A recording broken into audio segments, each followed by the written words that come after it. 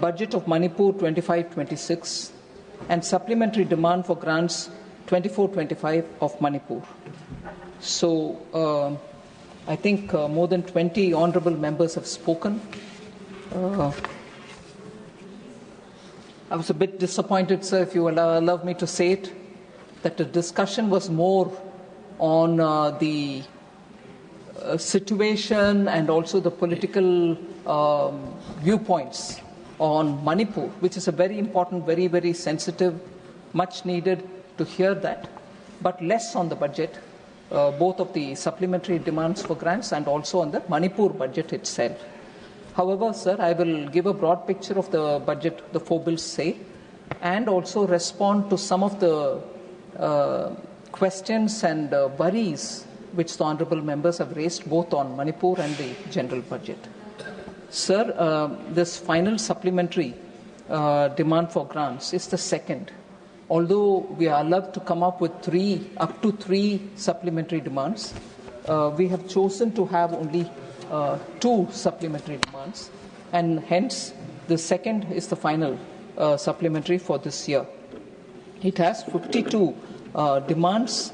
Honourable Finance, it is always a pleasure to listen to you, but for few days I am subject to certain medical prescriptions. Thank you, sir. Sir, I did have a word of message conveyed to you, but I welcome you and my prayers that your health is good and recovery is fast.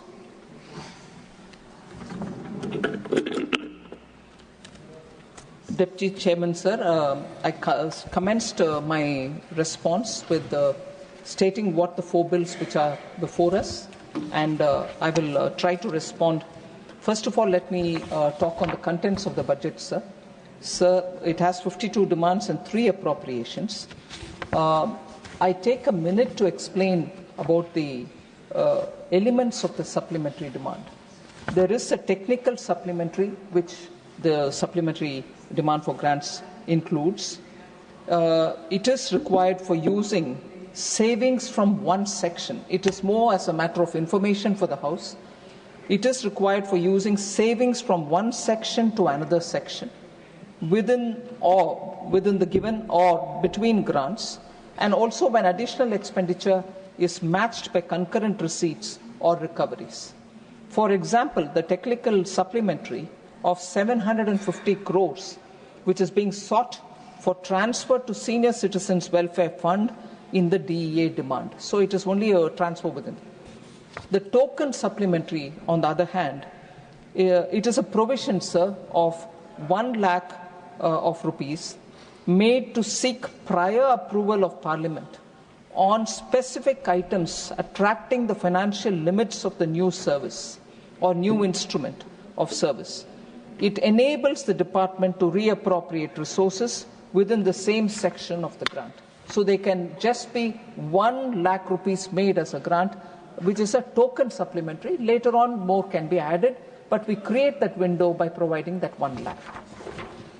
And for instance, in that token supplementary, sir, a token supplementary is being made sought for education, school education, to meet additional expenditure under the grants for creation of capital assets in the Samagra Siksha Abhiyan from savings within the same section of the grant.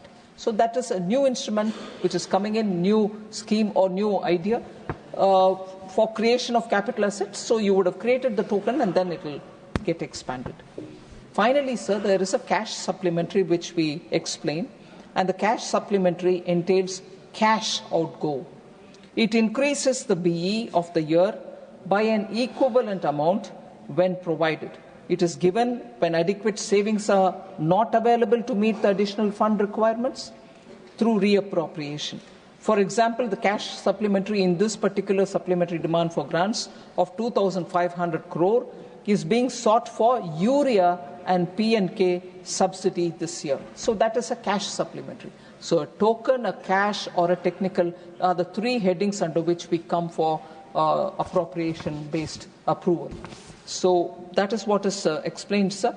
The net cash outgo or cash supplementary is 51,463 crores in this budget, Technical supplementary is 6,27,045 crore, and unusually a big amount. Normally, you don't have this kind of a large technical supplementary, but this is being matched by savings from different sections and the same grant or among the same grants, and therefore it doesn't recover newer payments.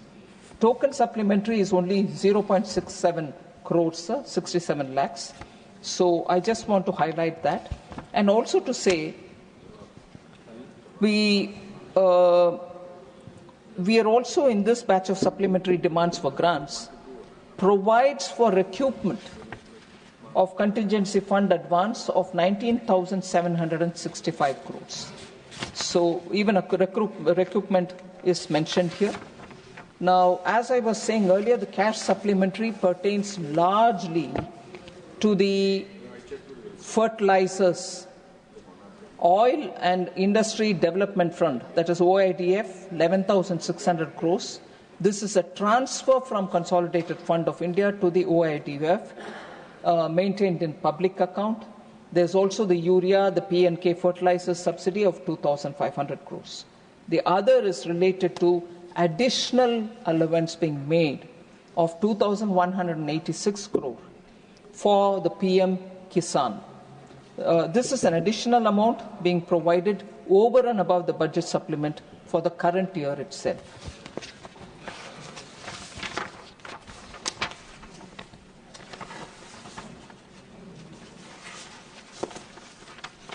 I'm not getting into the technical supplementary, sir, which is already very much in detail explained in the budget document itself. So the excess demand for the year 21-22 amounts to 1,291 crores. Again, that year's excess demand goes towards Department of Fertilizers and Pension, that is a civil pension, and two appropriations, namely for Defence Ministry Civil, which is a charge section, and Ministry of Railways, which is again a charge section. So now I come to the Manipur budget and also the Manipur supplementary demands. I first deal with the supplementary demand for Manipur, sir. This supplementary demand, sir, is for 1,861 crore, covers 20 demands and one appropriation. 948 crore rupees supplementary is being sought for revenue expenditure itself. These include, and very importantly, interest payment and debt services, additional requirement of pay and allowances, relief measures and security expenditure on account of law and order situation, and taking over the DISCOM losses for the state. So that is one heading, sir. 913 crores supplementary is being sought for capital expenditure also. We gave the revenue expenditure and the items under it. Now the capital expenditure. I'd like to say that for Manipur, we have already given the special assistance for state capital investment, which is a 50-year interest-free, which all states get. But however, because of the disturbance and the administration being focused on that, last 2 years, they hadn't claimed anything under the 50-year interest-free. Manipur needed it. So 913 crores are being given under the special assistance for states' capital investment. That is for 24-25, sir, the current running year. Other than this, emergent situations. So we have created now a contingency fund for Manipur with 500. So that is about the supplementary demand for 24-25 Manipur budget, sir. But the forthcoming year, 25, also presented here. And I would like to remind honorable members, particularly member Sushmita Dev, because of a concern about Manipur and its requirement for funds, given the situation they are in, she had said, why are you not announcing a package? I would like to tell her, honorable member, through you, sir, that this is a vote on account budget for Manipur. We are presenting a vote on account for 6 months so that the government runs, its immediate emerging expenditure can be taken care of, and the government when it comes into place, will obviously make provision for whatever they want, and that is the budget, which is the year-long budget. So this is a budget vote on account for 6 months, and this is for 1,747 crores. The total receipts which are projected is 35,368 crores. Revenue receipts are estimated to be 27,231 crores. Sir, the state's own tax is 2,634 crore rupees as receipts, and non-tax is 400 crore respectively. So at this stage, sir, we are looking at giving all the assistance which I've committed. I said this in Lok Sabha, I'm repeating it here. We extend the fullest support from the Ministry of Finance so that the recovery of Manipur will be sooner rather than later, and we have all assistance, and in the meanwhile making sure the public finance and the fiscal situation of Manipur is well assessed. Central government will be fully of support to the state.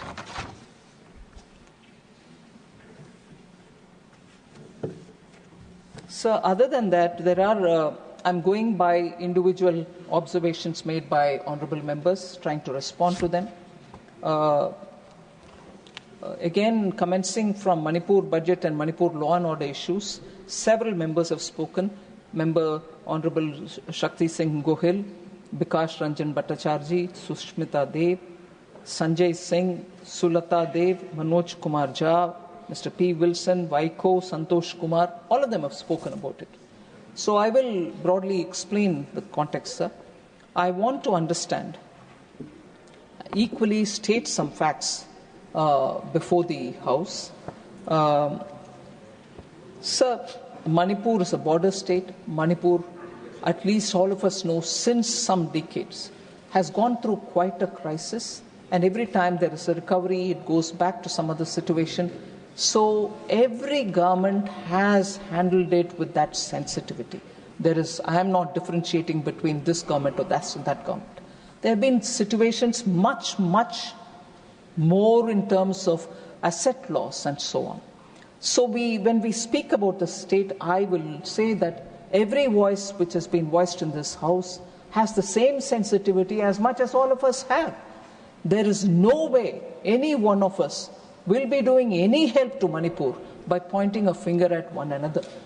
But even with that said, I will definitely try to remind some passionate voices which speak as if everything was calm and never has there been a situation like this ever before in Manipur. Sir, in 1990s, I've heard quite a few members speak about, double-engine Sarkar, center be BJP, state be BJP. There have been double-engine Sarkar of Congress earlier. Center be Congress, Manipur be Congress. And what kind of agitations and loss of life have happened?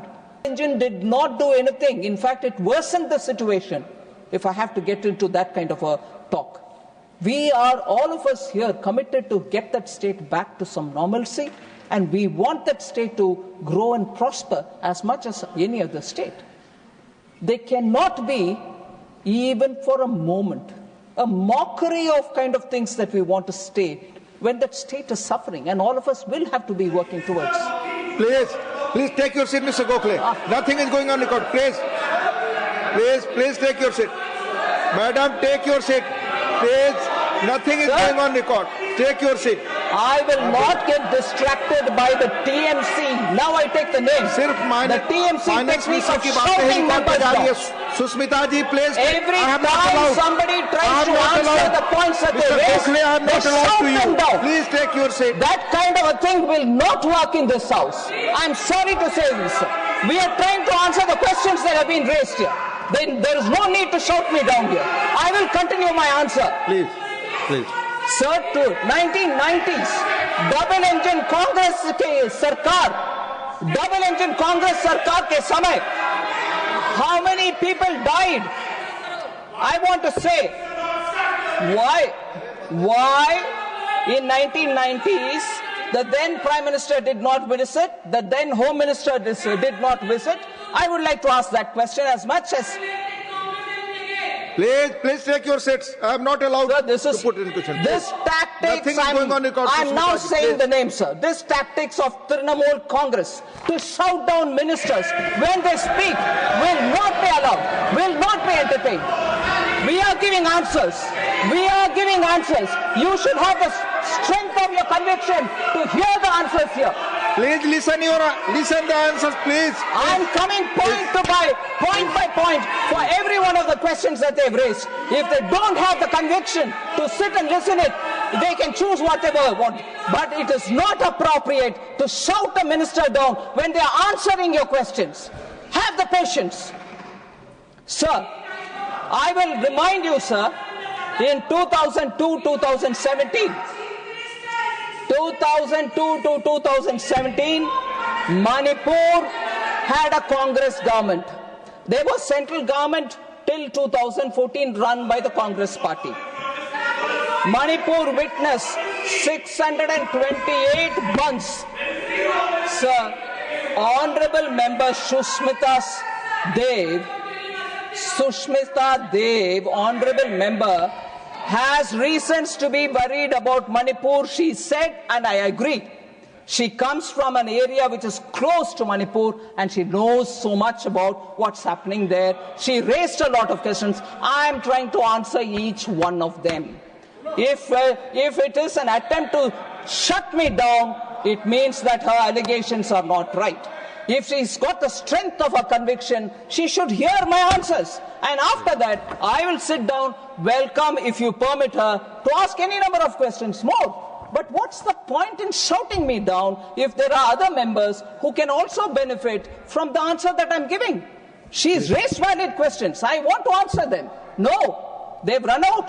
That's because their tactics is always, don't allow a minister to answer, do all your mudslinging, go away. I know they are watching on the television. Sir, 2000, sorry? I'm giving you the answer. I'm giving answer. To their chief minister they have to register that they protested. But this house is not the street of Bengal. Not any street of Kolkata. Order prevails. You run the house per the rule and we obey the rule. It's not, street, any street in Kolkata where they can scream, shout, pelt stones and run away. Sir, between that time when Congress was ruling in centre and in Manipur, 628 bunds had happened. Several blockades had happened during the 15 years then, and also cost huge loss. The state exchequer had lost nearly 2,828 crore. It was assessed. 2,828 crore was lost during that period. Sir, and the worst economic blockade had happened at that time. And it occurred in 2011, lasting over 120 days. Causing severe shortages. Petrol price was 200 rupees per litre. LPG cylinder cost 2,000 rupees per cylinder. Petrol price is 200 per litre and LPG cylinder 2,000 per cylinder. So, what is the current situation, sir? The current situation when this problem started? Union Minister, Home Minister, visited the state and went one camp after another camp belonging to different communities, spent 4 days in Manipur. Home Minister of India. At the time when it was really peaking with the problem, he spent camp after camp. Sorry? Please.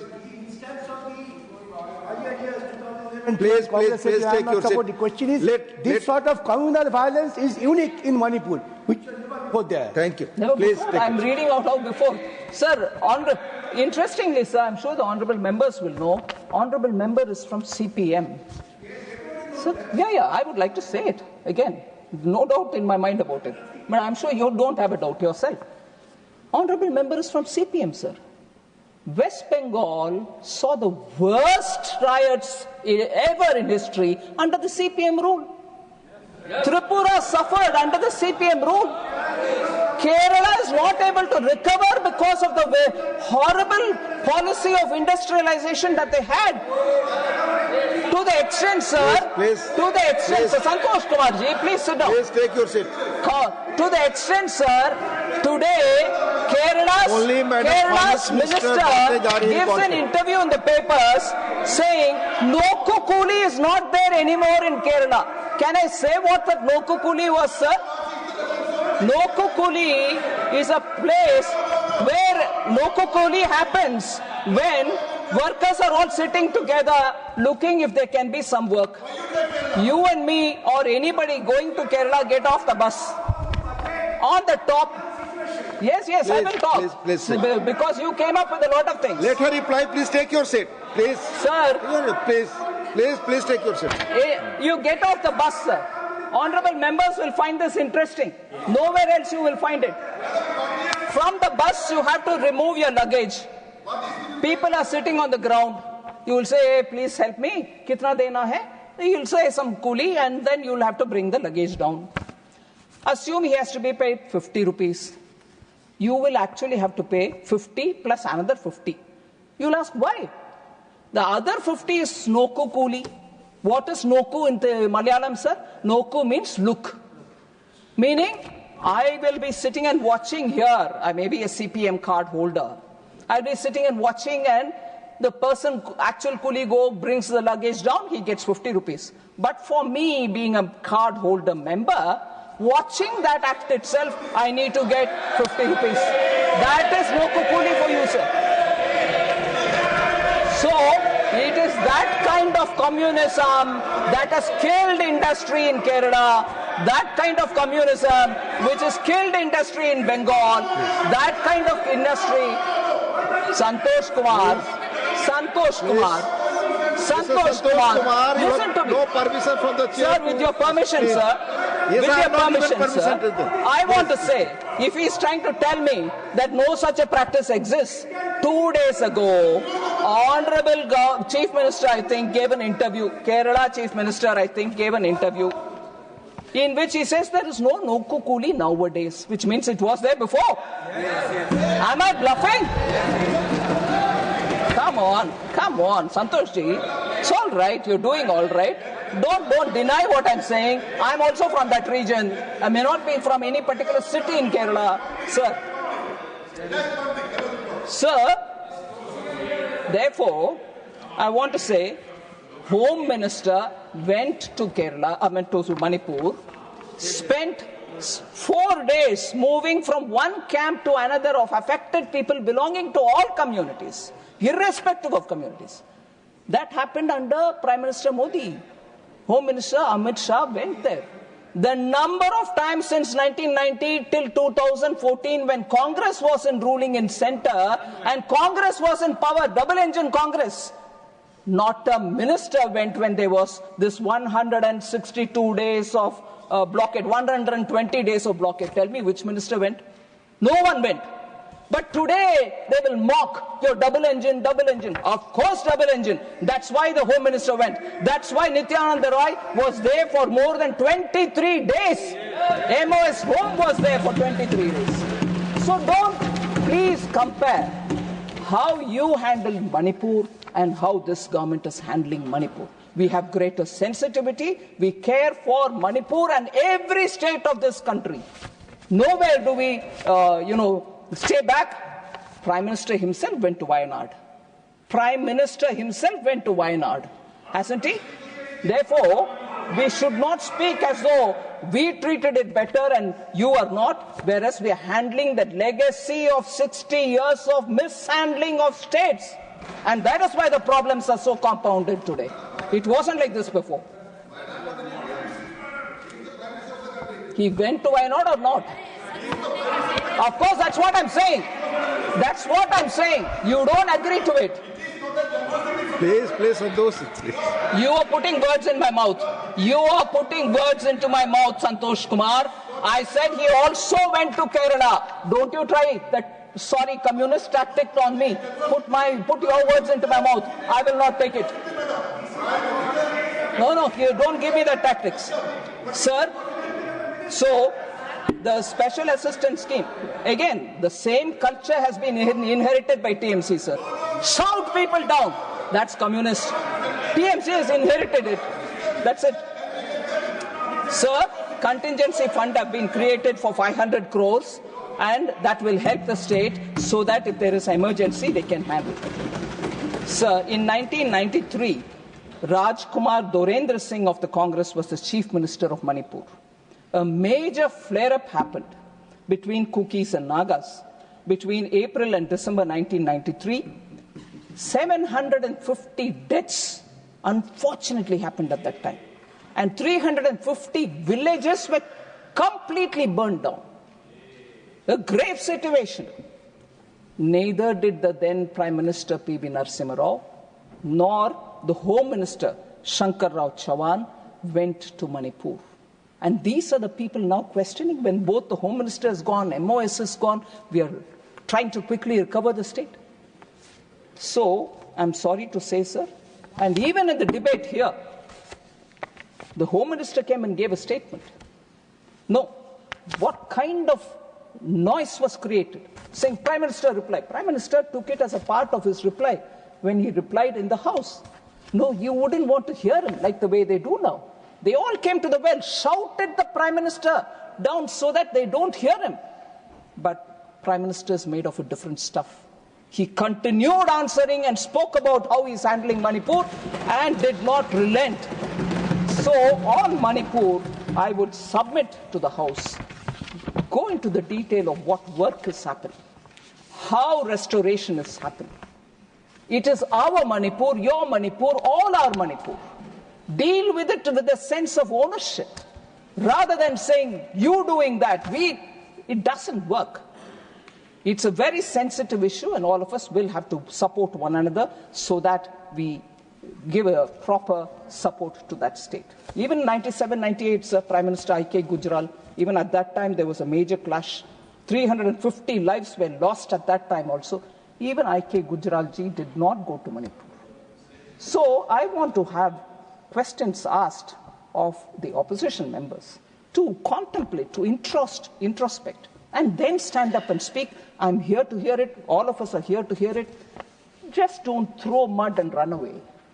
But throw mud if you think you want to. But stand here to equally face the music. So no. Sir? Yeah, please listen. Okay. Because you're from Kerala, no? You're from Kerala, right? So, Manipur law and order, sir, I want to please put it on record and also inform the ministers and the members of parliament as to what steps that we are taking to restore normalcy. Both of the centre and state collective efforts are being put so that there will be improvement in the law and order. Except for some sporadic incidents in the fringe areas and the unfortunate incident of 8th March 2025 in Kangpokpi, there has been a decreasing trend in cases of death, injuries, arson, firing incidents and protests. Currently, there are 286 companies of CAPF and 137 columns of Army and Assam Rifles. Both are deployed along with the state police to maintain law and order in the state. Recovery of arms and ammunition looted are being recovered and it is underway. Public notice by the Honourable Governor on 20th February 2025, the recovery has also seen an increase. Steps are also being taken to ensure free movement along the national highways. Convoy movement carrying essential commodities are continuing to ensure availability of essential commodities in the state. Helicopter service has resumed so that most district headquarters are connected for ease of travel for the public. Various measures have been taken up for the persons displaced in the violence, which is very important, sir. About 60,000 persons are currently residing in relief camps. About 7,000 persons have returned to their homes. About 400 crores of rupees have been provided under the MHA special package for relief camp operations and support to those affected in this lawlessness, riot and everything else. More support will also be provided. Under PM Awas Yojana Gramin, 7,000 houses have been approved recently to provide for housing to those who are displaced. Various other support have also been given to those relief camps, such as healthcare, including mental health support, skill and livelihood training, and also education. Engagement with the civil society is underway from the level of the governor down to the level of the district administration.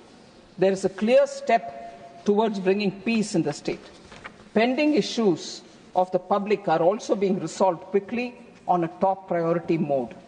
Sir, centrally sponsored schemes, priority is being given to clear up all the dues and nothing is kept pending at all. Major and critical projects are monitored and reviewed regularly for timely completion, including tying up of required funds for national highway projects, railway projects, civil secretariat, Chura Chandpur Medical College, Manipur water supply project, triple IT at Mayang Kang, and government residential accommodation is also being provided. I've given the pictures of revenue expenditure and also about the capital expenditure that we're giving through special assistance. Sir. There was concern expressed on the GSDP being stagnant. The unrest has led to reduction in economic activity. There's no denying that. With improvement in law and order and consequent improvement in economic activity, I expect the GSDP to show some recovery this year onwards. So I have already told about the amount that we've given for relief and rehabilitation. Temporary shelter, 15 crores, 15 crores have been given. This is the final installment payment with additional funds for extra works which are being provided. Permanent housing gets 30 crores. This is provided for works already taken up. And in addition to that, we are providing the 7,000 PMAY Gramin, which has been approved already. Relief operations for that, 100 crores has been given. That is specifically shown also under the new demand for 25-26. And for internally displaced persons, requirements in the relief camp are itemized and being serviced. So for the relief under the natural disasters, 200 crore is being put under the NDRF allocation. 68 crore is allocated under the SDRF and for mitigation purposes also, as per the recommendation of the 15th Finance Commission. So that was on Manipur, sir. Honorable Member Shakti Singh Gohil and also Member Girirajan from DMK raised questions about fiscal consolidation at the cost of cutting public spending. They said better financial discipline is required. Manrega is not being released. I want to take a minute to explain this, sir. Union budget, sir, total expenditure is 50.65 lakh crores, which is higher by about 2.44 lakh crores and 3.49 lakh crores compared to 24-25 and 24-25 RE. First number being BE related and the second being RE related. So the capital expenditure target itself is 11.21 lakh crores. The effective capital expenditure actually is only 15.48 lakh crore, not 11, because you're looking at the actual money being given to states which are actual for asset building. They may count as revenue for me, but for the states it will be capital expenditure. So effective capital expenditure is 15.48 lakh crores. But all this is being done without any reduction in social welfare measures. The social welfare budgets are from 56,501 crore in 24-25 has in 25-26 gone to 60,052 crores. So it's actually increased. We are not doing any fiscal consolidation by cutting down on social welfare. Education has gone up from 1.26 crore in 24-25 to 1.29 lakh crores for 25-26. Health has gone up from 89,287 crore to 98,311 crore in the BE of 25-26. So there is no reduction in the social sector spendings. I also want to draw the attention of honourable members to the statement 4AA, which has been given in Annexure C for me, for my reference, and in the budget documents. It is provided as a separate document. I want to highlight the fact, and I will request the honourable members to take a look at that statement. It comes as a part of the expenditure profile. Shows how unspent balances are lying with the states, which are more than 1 lakh crore as on 31st December 2024, and they are for various centrally sponsored schemes. So our money has already gone there. It's lying unutilized, 1 lakh crore. Now, we also borrow money and then send it for the schemes. They should be utilized appropriately and speedily. Sir, on the question of Bengal funds not being released, honourable members don't seem to be here. Probably they don't want an answer from me because they know that even the CAG has pointed out on how many inappropriate actions have happened. Many of the bogus ghost accounts have been given money to, and when the realization had to happen from those ghost accounts, the state government chose to pay that amount which has actually got to be realized from the ghost accounts. They gave that money itself from their own state's treasury. So one, first of all, you give the money for non-existing individual. Two, when that has to be recovered as per the orders of CAG, you again give from the taxpayers' money to saying, no, I've recovered, take it. You have not recovered from people for whom it went, who were not deserving of it, or probably people who don't even exist. Whereas for that, to make up that, you again take it from the taxpayers' money. Such blatant news have happened, and therefore, about Bengal screaming and shouting at me, I can understand the anxiety, but they should and be transparent in the ways in which they use the money. Sir, there are two matters which I bring in which were not probably discussed so much in this House, sir, but related to the economy. There's a lot of discussion about household debt has increased, and what is the government doing about it? Your policies are not working. I want to highlight, sir, this is a very appropriate forum. I want the honourable members to know that one of the long-term impacts of COVID has affected the nature of work itself. People have either chosen to work from home or they don't want to work full-time. So I want to understand, I want to lay before this House, one, the factors of production are being reset. The industry is also looking at using robotics. Industry is also looking at Web3-driven production. And therefore, there is definitely a lot of churn. There was this feeling that compensation for employees is not going up. I'd like to highlight the national account statistics. Compensation of employees at current prices achieved a compound average growth rate of 11.1%, 22-23.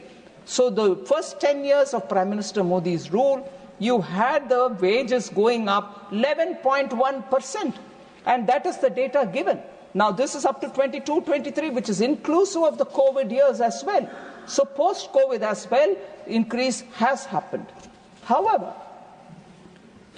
I would also like to say that India's household debt is relatively low compared to the other emerging market economies as well as some developed countries. Sir, except for Brazil, where it is 35%, ours being higher than them at 39%. So household debt, loans and debt securities as a percentage of GDP for India is 39%, whereas for Brazil it is 35%. But all other countries which are comparable with us, say Malaysia 69%, Greece 42%, Canada 102%, Hong Kong 93%, Australia 110%, Israel 42%, France 63%. So household debt, if people are talking about it as though India's is high because the way in which we handled COVID, I'm sorry, they are wrong. Our household debt to GDP is far lower compared to our peer group and compared to some of the advanced economies. So the stock of financial liabilities of the household as a percentage of GDP has increased from 38% in March 2023 to 40.2% in March 2024, which is Reserve Bank of India numbers. Stock of financial assets of households as a percentage of GDP increased from 105% in March 23 to 108.3% in March 2024, given by the Reserve Bank of India. So I want to put before this Honourable House India and its asset and liability figures are very much better than very many of our comparable emerging market economies and even some of the developed economies. Outside again, sir, discussion on inequality prevailing in India. I just want to highlight the fact inequality in rural and urban areas has declined significantly, as reflected by the significant improvement in the Gini coefficient, which is a key measure of income inequality, sir. I'm stating the number for 2011-12, 22-23, and 23-24 in that order. For rural areas, sir, in 2011-12, it was 0.283. It is 0.237 only, which means the situation is improving, it's bettering, rather than widening. The inequality is not widening. In urban areas, sir, it was 0.363 in 2011-12. In 22-23, it improved to 0.314, whereas now in 23-24, for which the data is last available, it is 0.284. Drastic change, improvement in the inequality index. So the inequality is not widening, it is only narrowing. So I want that to be laid in the House, sir. Approximately 25 crore people multi-dimensional poverty in the last 9 years. This is due to the significant initiatives that the government has taken up, and this data has come from Niti Aayog. Sir, more important, one of the data which is important for talking about inequality in that debate, a paper which has been put out and which has been remarkably, I was surprised, written in the Economist magazine, says that inequality declined over the last decade. First time since 1990s in India, inequality has declined in the last decade. This has come out through that article in Economist, which draws on the paper written after extensive research by Dr. Surjit Balla and Karan Basin. It also says, the Economist also says, poverty has declined across all possible poverty lines. The Economist doesn't write about our government in favorable terms, but you have them saying this means it is in your face. You cannot deny it. But, sir, extreme poverty has been eliminated. That's what it says. In India, under Prime Minister Modi, extreme poverty has been eliminated. Poverty at 15% for World Bank's higher poverty line of $3.2 PPP, down from 52% in 2011-12, sir. So from 52% in 2011-12, it's come down to 15%. So on the inequality debate, I honorably request all the honorable members that the data that we are giving you here, please go through it. And then, of course, we have all ears to listen to your comments. But without the data, please, let us have a considered debate. So there was also this noise about how India's Make in India is failing. In fact, Honorable Member Jairam Ramesh had tweeted about it. He's incidentally gone in. But I would like to respond to him. Make in India has not failed at all. On the contrary, it has given a great momentum for manufacturing in India. India's manufacturing sector has faced significant challenges due to externalities rather than due to anything to do with India. We have taken short-term and long-term measures. Honorable Prime Minister Modi has prioritized national interest in economic policy making. He has spoken about it even yesterday in a podcast, which is being received all over the world, for extensive and comprehensive viewpoint on how this government deals with very many issues. India's own domestic growth, India's cultural rootedness, India's foreign policy. He has given extensively his thoughts on all these subjects. So has he prioritized national interest in economic policy making also. In order to curb dumping of goods into this country, sir, several measures have been taken up. Anti-dumping duties have been imposed. Strengthening of our trade defense mechanism have been taken up. I want to highlight how Atmanirbhar Bharat and related policies have brought in defense sector today to become an exporter, net exporter. They are able to earn more than 30,000 crores. And as a result, you see what Make in India has achieved for defense production in this country. And I see enthusiastic, Congress members taking vicarious pleasure in saying, oh, Make in India is dead, RIP Make in India. Make in India made defense to become net exporter and earn 30,000 crores. Don't be too quick. And above all, Congress has had absolutely a hypocritical approach to Make in India. They had remained in power from 2004 till 2011 when they came up with the national manufacturing policy. 2014, of course, they went away. It took them 7 long years just to make a policy rather than implement it. Now, that national manufacturing policy was there, which said 25% we'll achieve in manufacturing contribution to GDP. They said that. But before even moving that paper, people send them out.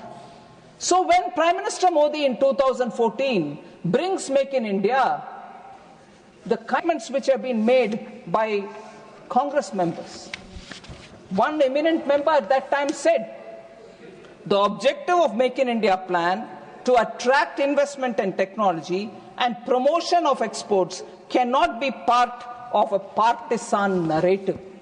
Do you want manufacturing to grow in this country or not? And having brought out this national manufacturing policy, they also said, being, hypocritical or confused, they said when Make in India was announced, Make in India is just a revamped version of national manufacturing policy. And you claim that Make in India isn't working.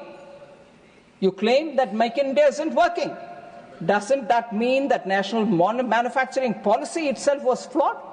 Are you suggesting that? It is your policy. But it remained a policy. It didn't find an action ground. And when we make it an actionable policy, we bring in Make in India. We want to bring in several steps towards improving it. They have this problem of either not knowing whether they should accept it, not knowing whether they should reject it, because it also has their own national manufacturing policy into it.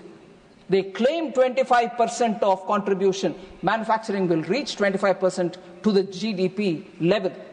No, they didn't move an inch.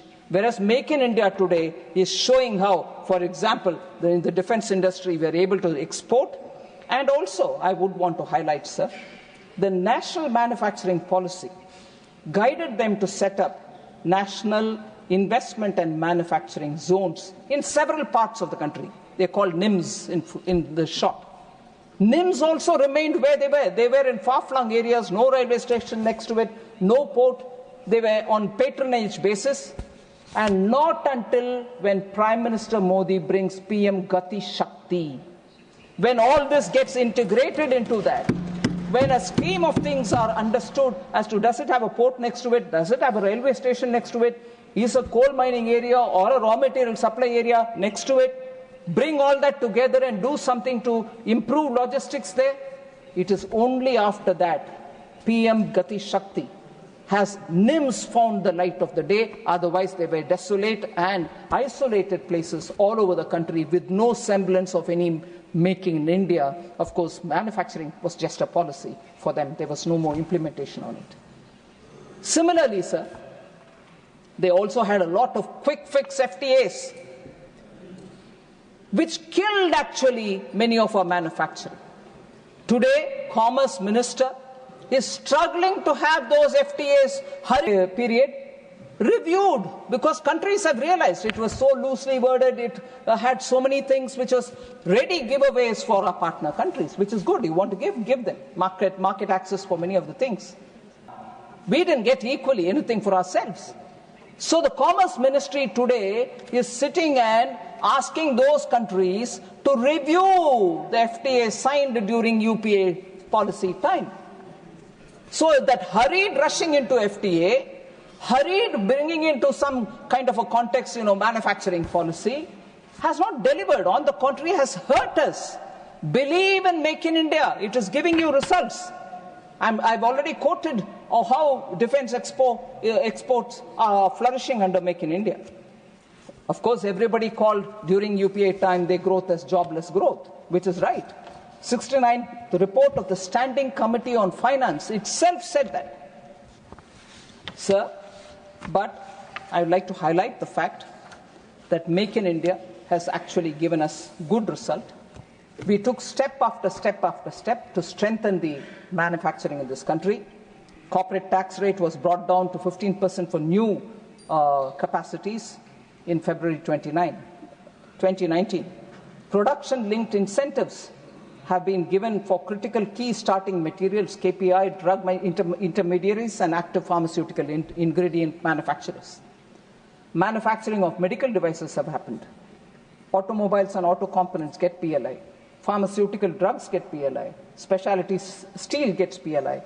Telecom network products, electronic technology products, white goods, ACs and LEDs, food products, textile products, MMF segment of technical textiles, high efficiency solar PV modules, advanced chemistry cells, and drones and drone components all get PLI. I just want to highlight one data point, sir.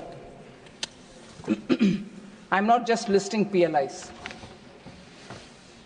Some of the most notable achievements of PLI schemes are attracted investments exceeding 1.5 lakh crores. Because of PLI, 1.5 lakh crores have come into this country. Employment generation has happened to the extent of 9.5 lakh people. It has also led to exports surpassing 4 lakh crores. Electronics, pharmaceutical and food processing sector are also contributing to the export. 99.2% of mobile phones now sold in the country are made in India. 325 to 330 million mobile phones are being manufactured in India every year. Mobile phone exports reached $15.6 billion in 23-24 from 0.2 billion in 2014-15. Significant reduction in the import of raw materials in the pharma sector, thanks to PLI. Considerable improvement in domestic sourcing of raw materials in food processing, again because of PLI. Telecom equipment manufacturing surpassed 50,000 crores in sales under the production-linked incentive scheme. The automobile sector also got a considerable boost, with the PLI directly generating sales worth 2.25 lakh crores and creating 1.5 lakh jobs in that sector. So I would request our Congress members, when they talk about Make in India, thinking that they can sing a requiem, I'm sorry, no, it is live, kicking, flourishing, and making our economy absolutely stronger for it. So last one point I would like to highlight. As a result of this concerted effort, sir, our domestic defense production, about which I spoke, reached 1.27 lakh crores, marking a record high with an impressive increase approximately of 174% from 46,429 crores, which it was in 2014-15. So defense is a classic example. In that, I will just put one example forward, sir. You are from Bihar. It's a very good example to show how every state of India is contributing for Make in India. Made in Bihar boots are now part of the Russian army's equipment. So Bihar is contributing for manufacturing, and boots manufactured there are going for our Russian army as well. So Number of companies have also increased which have registered. 13% increase in the number of establishments has been witnessed. Employment marked over 10% rise. Manufacturing sector reported the highest wage growth of 16%. Sir, without elaborating more, I know honourable members are waiting for a long time. Lunch hour, you may run the House even during lunch, but I don't want to take more of your time. But I thank every one of the members who have spoken on the 4 bills which are before this House for consideration and returning to the Lok Sabha. Thank you. Members, please. I shall now put the motion regarding consideration of the Appropriation Bill 2025 to vote. Please, it's over. Yes, tell me. So my point of order is under Rule 238A. Honourable, in an attempt to justify the stand taken by her government, I can understand that, made a lot of allegations, unwantedly dragged. Please be brief and put the rules. I'm coming to the point, sir. Be brief, yes. While talking about the Honourable member, Mr. Bigas Ranjan Bhattacharya, who is a senior member, I'm just telling you, please be patient. Her reference was like this: whether he doubts his CPM membership. There was a passing comment by her. So that is quite defamatory, and she should be. No. I'm kindly go through the verbatim documents. That reference could have been avoided. The reference was whether he himself doubts his CPM membership. Thank you. It's no pointer. Please. I shall now put the motion regarding consideration of the Appropriation Bill 2025 to vote. The question is that Appropriation Bill 2025 as passed by Lok Sabha be taken into consideration. Those in favour will please say aye. Aye. Those against will please say no. I think the ayes have it. The ayes have it. The ayes have it. The motion is adopted. We shall now take up clause by clause consideration of the bill. Clauses 2, 3 and the scheduled stand part of the bill. Those in favour will please say aye. Aye. Those against will please say no. I think the ayes have it, the ayes have it, the ayes have it. Clauses 2, 3 and the schedule are adopted.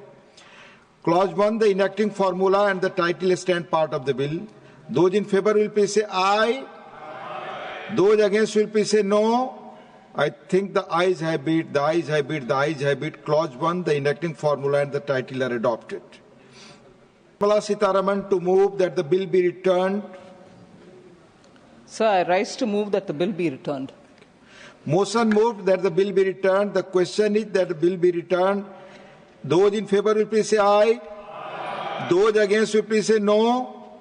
I think the ayes have it, the ayes have it, the ayes have it. The bill is returned. I shall now put the motion regarding consideration of the Appropriation number 2 Bill 2025 to vote. The question is that the Appropriation number 2 Bill 2025 as passed by Lok Sabha be taken to consideration. Those in favour will please say aye. Aye. Those against will please say no. I think the ayes have it, the ayes have it, the ayes have it. Adopted. We shall now take up. Please keep quiet. Shanti rakhein, please. We shall now take up clause by clause consideration of the bill. Clauses 2, 3 and the schedule stand part of the bill. Those in favour will please say aye. Aye. Those against will please say no. I think the ayes have it, the ayes have it, the ayes have it. Clauses 2, 3 and the schedule are adopted. Formula and the title stand part of the bill. Those in favour aye. Aye. Those against will please say no. I think the ayes have it, the ayes have it, the ayes have it. Clause 1, the enacting formula and the title are adopted. Srimati Nirmala Sitharaman ji to move that the bill be returned. Sir, I rise to move that the bill be returned. Motion moved that the bill be returned. The question is that the bill be returned. Those in favour will please say aye. Aye. Those against will please say no. I think the ayes have it, the ayes have it, the ayes have it. The bill is returned. I shall now put the motion regarding consideration of the Manipur Appropriation Vote on Account Bill 2025 to vote. The question is that the Manipur Appropriation Vote on Account Bill 2025 as passed by Lok Sabha be taken into consideration. Those in favour will please say aye. Aye. Those against will please say no. I think the ayes have it, the ayes have it, the ayes have it. The motion is adopted. We shall now take up clause by clause consideration of the bill.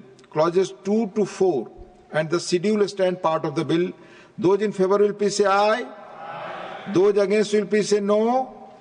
I think the ayes have it, the ayes have it, the ayes have it. Clauses 2 to 4 and the schedule are adopted. Clause 1, the enacting formula and the title stand part of the bill. Those in favor will please say aye. Those against will please say no. I think the ayes have it, the ayes have it, the ayes have it. Clause 1, the enacting formula and the title are adopted. Srimati Nirmala Sitharaman ji to move that the bill be returned. Sir, I rise to move that the bill be returned. Motion moved that the bill be returned. The question is that the bill be returned. Those in favor will please say aye.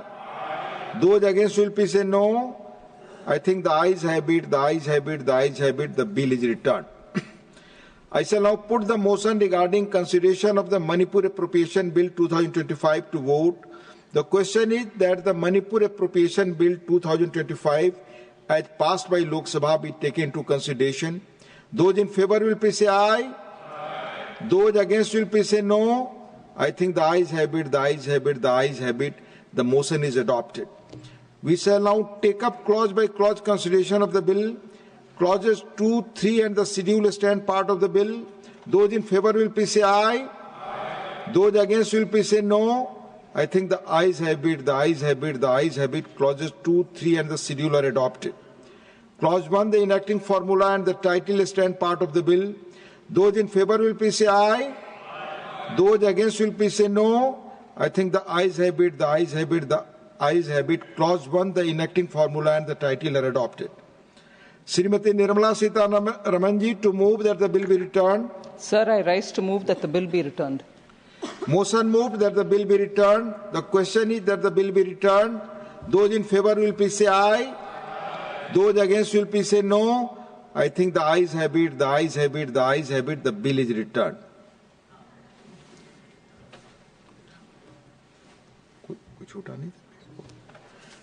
Now discussion on the working of the Ministry of Health and Family Welfare. Shri Trichu Shivaji to raise the discussion on the working of the Ministry of Health and Family Welfare. माननीय मंत्री जी ने chair से permission लेकर गए हैं, अभी तुरंत आएंगे. His two state ministers are here. He has taken permission from the chair to go.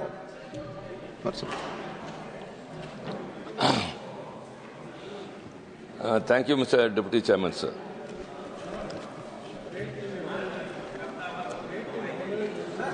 Please. Yes, I have already informed. Please. Please, आप अपने सीट पर बैठे. We are resuming discussion. Please take your seats. Maanनीय Trichu. Thank you, Deputy Chairman, sir. So I am very thankful that the DMK party has been asked to initiate the discussion on the working of the Ministry on Health. Sir, though health is not very explicitly in our Constitution, but Article 21, which is fundamental right. Please take your seats. Which is a fundamental right for personal life and liberty, was interpreted by the Supreme Court that it involves health also. So health becomes a fundamental right. And the health is a state subject. And as per the concurrent list, there are certain responsibilities with the union government also about the medical education, controlling the population and family planning and all other things. Sir, in this situation, the union government has a very important role to take care of the states also by way of funding and financing them. But in India, though health is a right, fundamental right, as per the Supreme Court's verdict, it is a privilege only meant for those depending upon the geography and wealth. A quality health care to millions of people are not able to be accessed by way of need, only by way of where they live and how much they are affordable to pay. A government that seeks to this reality must invest in public health in both vision and commitment. But what actually the budget allocation for health in the union government, sir, the present government, it is only it has declined. It was 2.5% in 2017-18. Instead of going up, it has come down, and now it is only 1.9%. How it is possible a country which has a population of 42 crore of people, in which 30,000 crore people are below poverty, they are poor people, and around 40 crore people are middle class. So considering those people, the government should have allocated more funds to the health, but it is not so. Compared to other countries, sir, the United States has allocated 9.7% of its GDP to public health. China spends 2.9%, and even Sri Lanka surpasses at 1.9%, but for India is only 1.4%. This is very sad. Even a small country, Sri Lanka, has surpassed us. So, what actually is in the mind when you are to take care of the people of their health? The budget allocation, when it is so less, and the saddest part is the amount allocated for research. It's only 3,900 crore.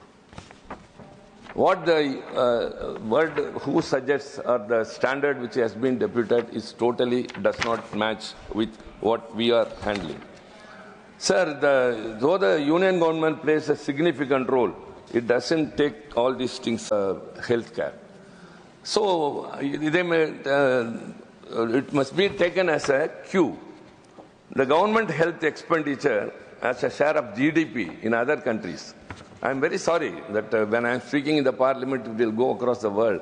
I am very sorry to depict my nation in such a sad situation, but the government has to take the responsibility. It's our responsibility to point out, compared to other countries.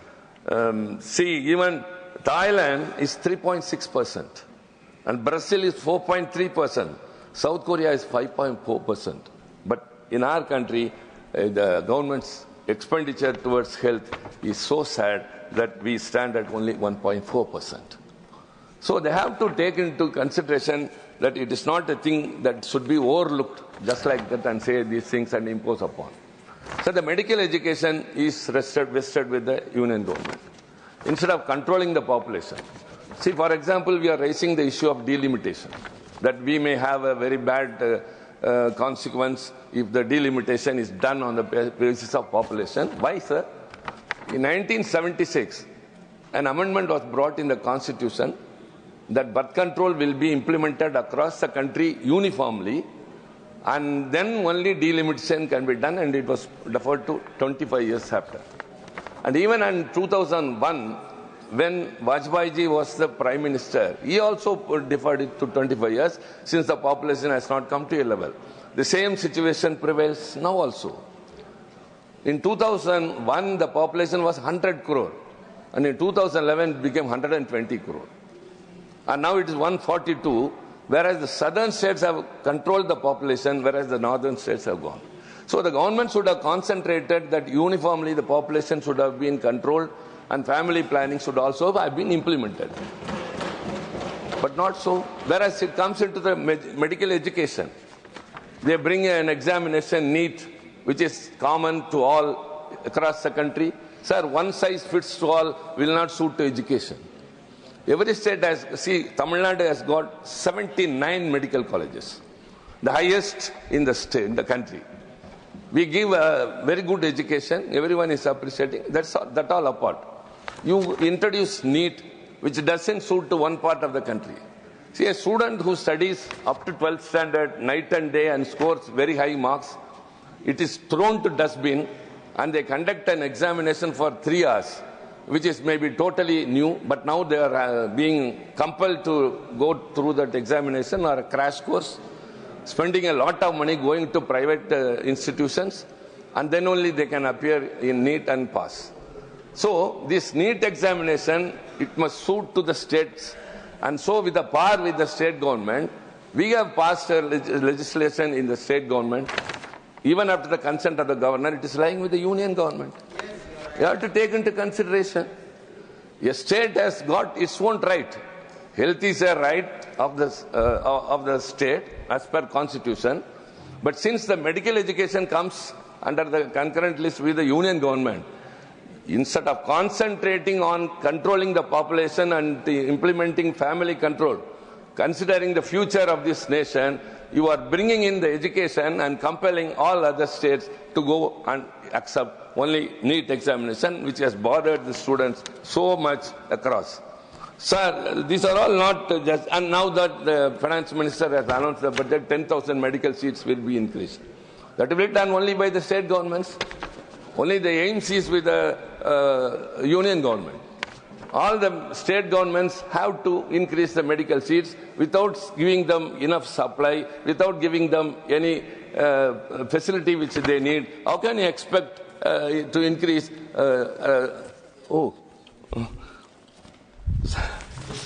So I have to run fast. And sir, the WHO standard, it says that it's very important. The patient-doctor population, it must be 1:1,000.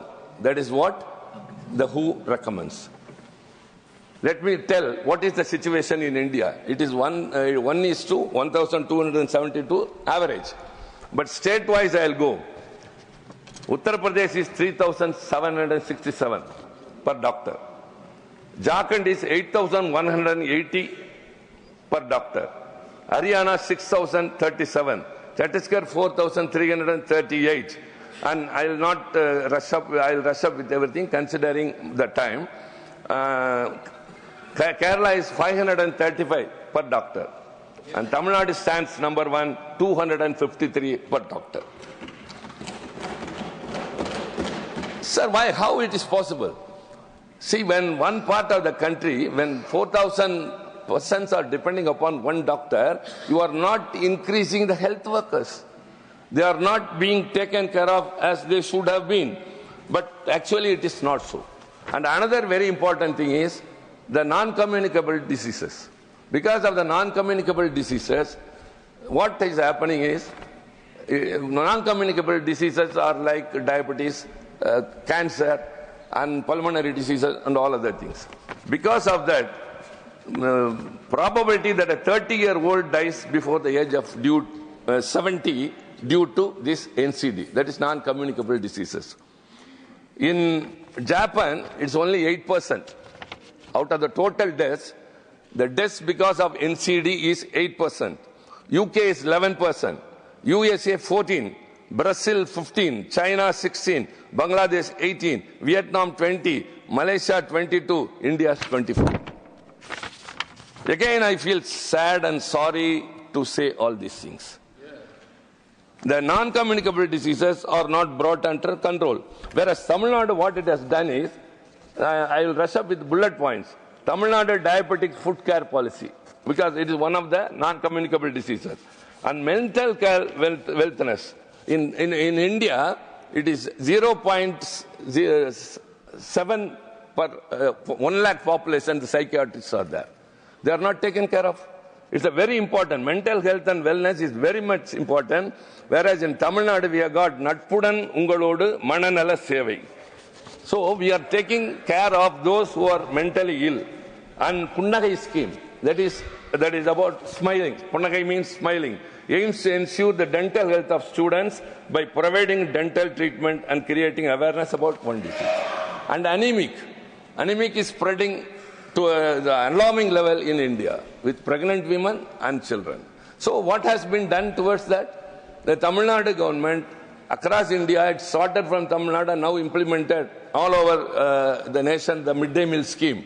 But only in Tamil Nadu, we give breakfast also to students of primary school because they should not suffer from anemia. And this is being followed by other states like Kerala also. Yes, sir. Kerala also following. So southern states always stand first. That's why we are victimized. That's why we are penalized. For everything, we are not taken care of. We are not being ignored. We are being ignored for the way we are performing very well. We have never heard that an outstanding student is punished anywhere, sir, only in our country. This government is with a stepmotherly attitude and partiality looking into it. Strong public health infrastructure we have. We have got a strong focus on preventive care and community health services. Where many PHCs across the country, what the union government should do is it should focus on those states where the things are getting worse. Whereas we are doing very well. The PHCs are more in number. The community medical center, health centers are more in number. The secondary, tertiary hospitals are providing the best health. We go to the people where they live and give service. So the states are doing their responsibility and performing very well, whereas the union government is not focusing on the states that are not performing well, rather they try to punish us. That's what I say. Whatever is responsible with the union government, you say that first you increase the budget. With that budget allocation, you have to do the needful. But that is not done so. No research. Without research, medical advancement cannot be. You cannot be depending upon other countries for technology development. Sir,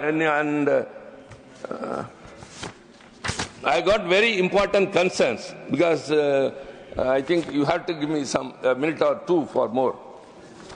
The health insurance. You have got one scheme, what is that, Pradhan Mantri Ayushman, and the state government has a different, the Chief Minister's health scheme, which gives 5 lakhs to people. That's all different. But the saddest part is the minister should take it into consideration. Excuse me, only the MOs is here, don't disturb them. What is take care? Please, ma'am. When we are talking much about the insurances, the term insurance, health insurance, and life insurance premiums are taxed at a steep 18% GST, the highest. Treating them as luxuries rather than necessities. How sad it is. Health insurance premium is charged at 18% GST. And out-of-pocket expenditure. The middle-class people are too rich to get any aid from the government and too poor to spell out from their own pocket. And another thing is toxic air. India has some of the world's highest rates of lung disease. And aging population, the TFR, and it is increasing alarmingly, enormously this side, but in southern states it is under control, the total fertility rate. And very importantly, I would urge the health minister who is here to take into consideration 2 things. One is this insurance premium should not be charged at 18% GST. Another is one paraquat poisoning. It is available very freely. If anyone consumes that, even medical intervention cannot save them. I think the ministers are very much aware of it. Already the European Union, China and UK have banned that. Only India is having that. The poor people who get frustrated in life, who cannot resort to anything when they try to commit suicide, at least to frighten their family or anyone else, they resort to something. So they get the rat poison, which is very easily available, and this paraquat poison, which is very much easily available, and they are not at all able to be rescued. They get worse. They cannot be saved on one hand. They deteriorate in the worst manner that no patient should suffer. And so I urge the ministry to ban this paraquat poisoning and rat poisoning in the concern of the people. The common man, the poor man in this country, whoever is attempting to commit suicide, they are very easy. It's a herbicide. It's a herbicide and very easily available. And this is not just a suggestion from the ruling party side. I am speaking on behalf of the people who are suffering at the hospitals because of committing suicide. And the most important is the AIIMS at Madurai in Tamil Nadu. It was announced in 2018 with a proposed completion by 2022. The project remains in limbo with only excuses and shifting deadlines. Whereas at the same time, some aims have been announced to various other states and all have been completed, all have come to functional. That's why I say, don't look with a partisan eye the states. You have to look all the states as one. I have repeatedly told we consider that we are a part of India, and the union government has to consider the state of Tamil Nadu as a part of India. And so also, healthcare is not a very easy thing. Many are suffering, not able to get a quality access to quality care because of the hospitals. In Tamil Nadu, 50% is government hospitals, 48% is private, whereas in other parts like Uttar Pradesh and all, only 26% are government hospitals. So the government hospitals are not so easy. Anyone who has got an opportunity, please come and see the hospitals, the government hospitals in Tamil Nadu, the best ever. Nobody will go to a private hospital if they enter into the government hospital. So also all the schemes we are implementing before, prevention is better than cure. That is the policy what we are implementing. Kindly take Tamil Nadu as a cue and implement it across the nation. And I urge the ministry to increase the budget, and especially the GST must be reduced. Thank you very much. Thank you very much. I now call upon the members whose names have been received for participation in the discussion. Dr. Bhagwat Karad. माननीय उपमहापौर महोदया, उप सभापति महोदया, मैं आपका और हमारे हाउस लीडर माननीय जेपी नड्डा जी का आभार व्यक्त करता हूं। मुझे हेल्थ इस सब्जेक्ट के बोलने के लिए वक्त दिया है। संस्कृत में एक सुभाषित है, सर्वे संतु निरामय। इसका मतलब ऐसा होता है कि हम we will be all free from the diseases. और इंग्लिश में एक कहावत है, जैसे may all the free from the diseases, that is if you are ability to love yourself first, love your health, love your character and love your nation. मैं इस budget के ऊपर बात करते समय बताना चाहता हूं कि अभी तक 1947 से अभी तक 43 हेल्थ मिनिस्टर्स हो चुके हैं, और इस हेल्थ मिनिस्टर के हेल्थ मिनिस्टर ने अलग अलग स्कीम्स के माध्यम से हेल्थ की इम्प्रूवमेंट करने की कोशिश किया है। लेकिन प्रधानमंत्री मोदी जी के नेतृत्व में जो हेल्थ सुविधा दिया है, माननीय हेल्थ मिनिस्टर के गाइडेंस में जो कुछ काम हुआ है बहुत ही अच्छा हुआ है, बहुत ही अच्छी लंबी छलांग लगाया है। अगर हम एवरेज एज ऑफ इंडियंस का अगर देखें तो 1951 में average age of Indian was 37.2 years.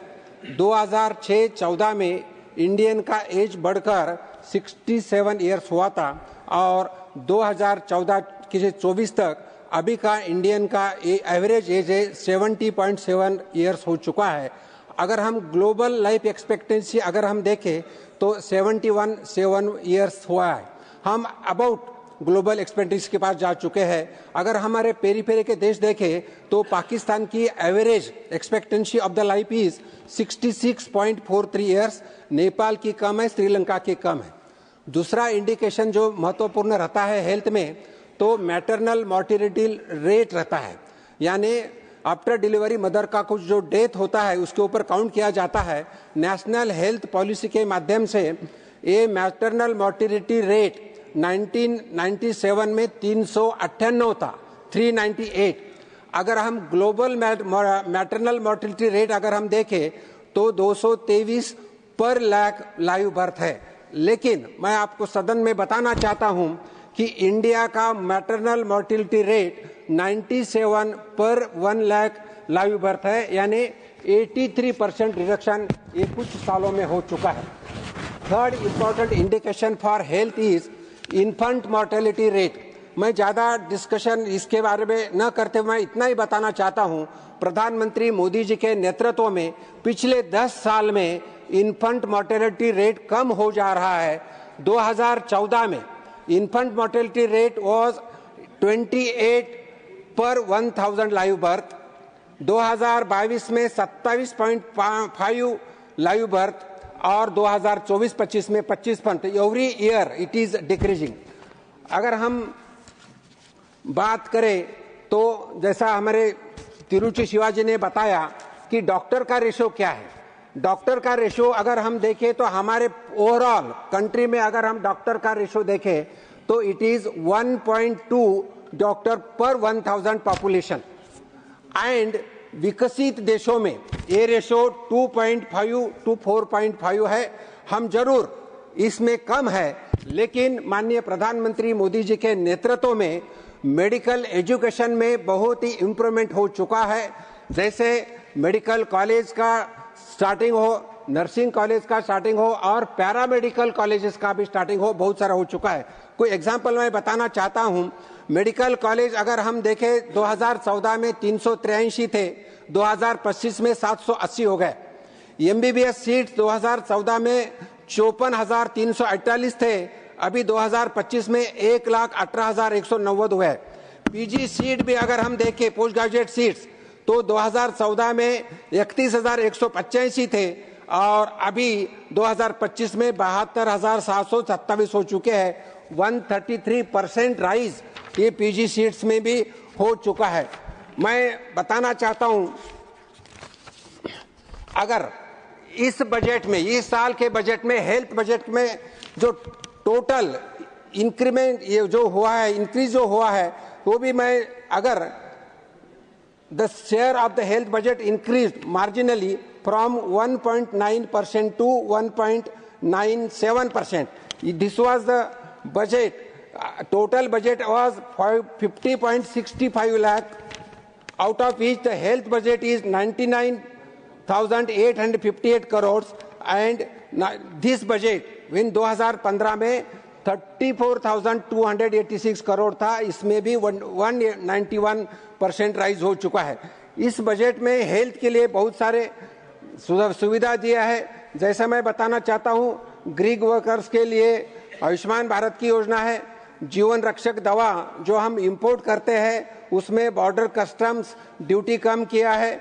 उसी तरह health infrastructure and man power के लिए 4,200 करोड़ का राशि रखा है। वैसा ही जैसा पीएलआई स्कीम है, पीएलआई स्कीम के माध्यम से 2,445 करोड़ रखा है, जिसके माध्यम से हम फार्मा मेडिसिन बना के एक्सपोर्ट कर सकते हैं। और आयुष वीजा यानी कोई मेडिकल टूरिज्म के लिए अगर वीजा करना है तो उसके में भी सुविधा इसका संविधान रखा है। अगर हम हेल्थ की बात करें, हेल्थ फैसिलिटीज और बेड्स का अगर हम बात करें तो टोटल भारत देश में अराउंड 70,000 हॉस्पिटल्स है। इसमें प्राइवेट अगर हॉस्पिटल देखें तो 44,000 प्राइवेट हॉस्पिटल है और 44,000 और गवर्नमेंट हॉस्पिटल 26,000 है। अगर WHO के हिसाब से बेड रेशो अगर हम देखें तो 1.3 पर 1,000 पॉपुलेशन अभी हमारा भारत का रेशो है और WHO का रिकमेंडेशन है 3 होना है। डिफिसिट 1.7 पर 1,000 पॉपुलेशन है। ये हम बढ़ाने के लिए कोशिश हो रही है। मैं इतना ही बताना चाहता हूं कि हेल्थ सर्विस अगर बढ़ाना है तो technology and critical element to enhance healthy care delivery का भी सिस्टम किया है। जैसा है इंडिया एक बहुत ही लार्ज कंट्री है, पॉपुलेशन ज़्यादा है, इसीलिए टेलीमेडिसिन हो, टेली कंसल्टिंग हो, टेली डायग्नोसिस हो और मेडिकल मोबाइल हेल्थ प्लेटफॉर्म के माध्यम से कुछ सुविधा भी दे चुके हैं। इन शॉर्ट जो अगर मैं बताना चाहता हूँ, प्राइमरी केयर हो, सेकेंडरी हेल्थ केयर हो, टर्शरी हेल्थ केयर हो, अलग अलग सेक्टर में काम हो रहा है। जैसे प्राइमरी हेल्थ केयर सेंटर में सब सेंटर्स हो प्राइमरी जिसमें 5,000 सेंटर्स है, 3,000 लोगों के लिए एक सेंटर रहता है। प्राइमरी हेल्थ सेंटर्स 30,000 है, जिसमें 20,000 लोगों के लिए एक सेंटर रहता है। कम्युनिटी हेल्थ सेंटर्स अगर हम देखें दैट कवर्स अराउंड 1,20,000 लोगों के लिए रहता है। सेकेंडरी हेल्थ सेंटर्स में सब डिस्ट्रिक्ट हॉस्पिटल्स, तालुका हॉस्पिटल्स, इसमें भी राइज हो रहा है, जहां स्पेशलिस्ट डॉक्टर्स अवेलेबल रहते हैं। डिस्ट्रिक्ट हॉस्पिटल्स हो, मेडिकल कॉलेज का हॉस्पिटल्स हो, post graduate super speciality hospitals हो, इनमें बढ़ावा दिख रहा है। मैं इतना ही बताना चाहता हूं, रिमोट प्लेसेस पे डॉक्टर का अवेलेबिलिटी होना, इसीलिए स्टेट के माध्यम से डॉक्टर्स को भी नेगोशिएशन करके ज्यादा पेमेंट यानी यू कोट वी पे इस स्कीम के माध्यम से सैलरी दिया जाता है। और अगर डॉक्टर ने प्राइवेट यानी रिमोट एरिया में अगर काम किया तो उनको पीजी को एडमिशन भी दिया जाता है। ऐसे अलग अलग स्कीम्स डॉक्टर्स को दिया जाता है, जिसके माध्यम से काम हो रहा है। सब सेंटर हो, प्राइमरी हेल्थ सेंटर हो, कॉमन हेल्थ सेंटर हो, डिविजनल हॉस्पिटल हो या डिस्ट्रिक्ट हॉस्पिटल हो, यहाँ अलग अलग 14 से लेके 318 तक अलग अलग लेबोरेटरी टेस्ट किए जाते हैं और पेशेंट की केयर जाती है। अगर हम बीमारी की बात करें तो cancer one of the largest killing disease है। इसमें मैं बताना चाहता हूं, इस बीमारी को कम करने के लिए स्क्रीनिंग ऑफ द कैंसर, जैसा ओरल कैंसर हो, ब्रेस्ट कैंसर हो, सर्वाइकल कैंसर हो, इनका स्क्रीनिंग के अलग अलग कैंप के माध्यम से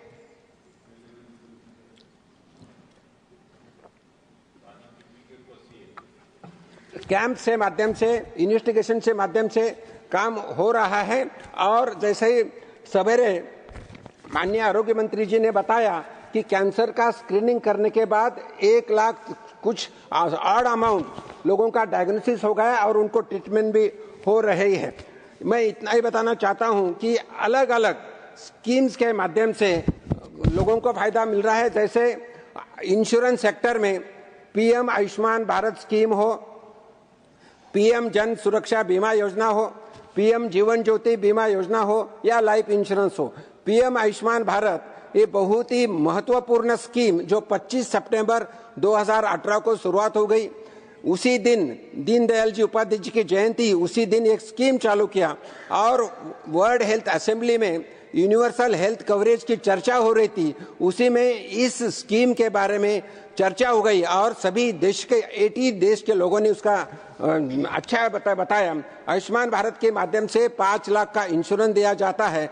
टोटल अगर हम देखें तो 55 करोड़ को लोगों को इसका फायदा मिलता है। उतना ही नहीं तो ये स्कीम ट्रांसफरेबल है।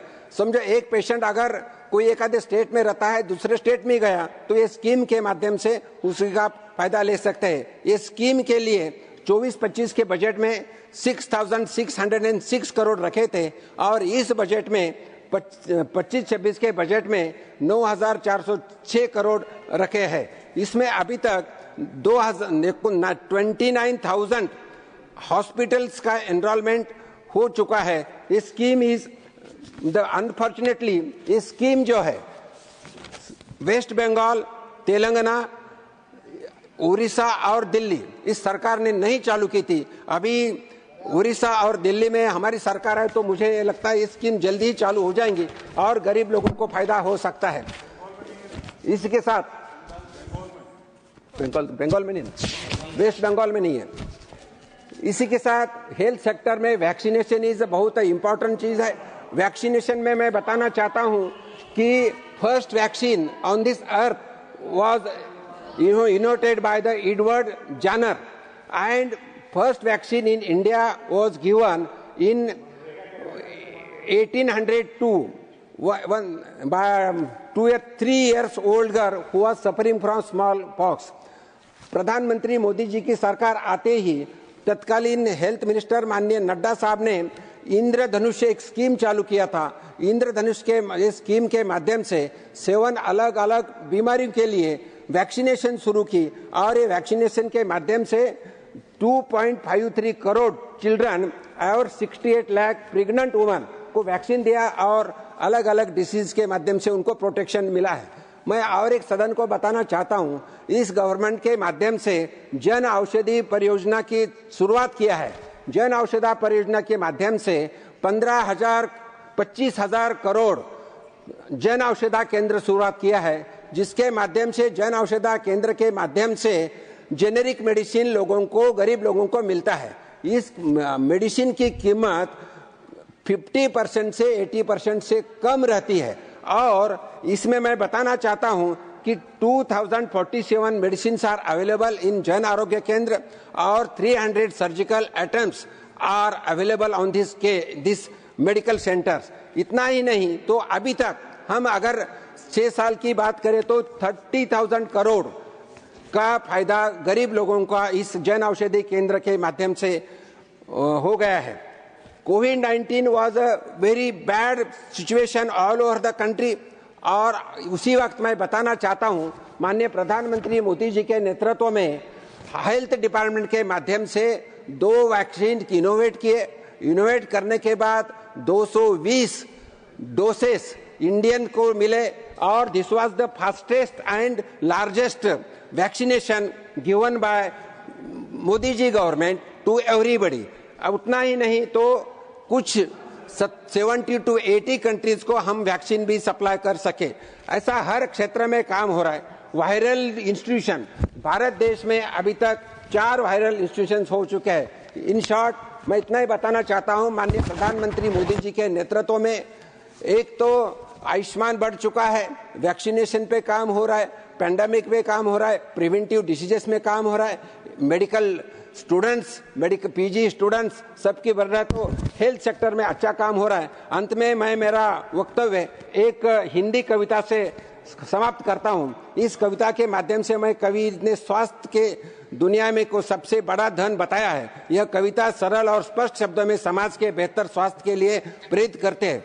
स्वास्थ्य ही सबसे बड़ा धन, इससे बढ़कर कुछ नहीं, रोग मुक्त रहना सच्चा सुख, यह सच है इसमें शक नहीं। धन दौलत का मतलब जब शरीर को रोग से भरा, सुख शांति के खोज में हम, स्वास्थ्य ही है सच्चा धारा। तो इन शब्दों के साथ मैं मेरे वाणु को विराम देता हूं और हमारे आरोग्य मंत्री का अभिनंदन करते हुए खत्म करता हूं। धन्यवाद। श्री अखिलेश प्रसाद सिंह। धन्यवाद सभापति महोदय। महोदया, सभापति कराड़ साहब के बोलने के बाद आपका बहुत बहुत धन्यवाद करता हूं कि मुझे अपनी पार्टी की ओर से आपने बोलने का मौका दिया। संयोग की बात है कि स्वास्थ्य विभाग से हमारा भी बहुत पुराना रिश्ता रहा है। ऐसे तो स्वास्थ्य मंत्री जी नहीं हैं, लेकिन 2000 में दोनों राज्य मंत्री हैं। मैं स्वास्थ्य मंत्री बोला, अरे तो यही तो मैं बोल रहा हूं, तो आगे तो सुनिए। मैं जो बोलना चाह रहा हूं नीरज जी, कि मैं 2000 में बिहार का स्वास्थ्य मंत्री था और नड्डा साहब भी हिमाचल प्रदेश के स्वास्थ्य मंत्री थे। अब लगता है सिंपल हो गया होगा।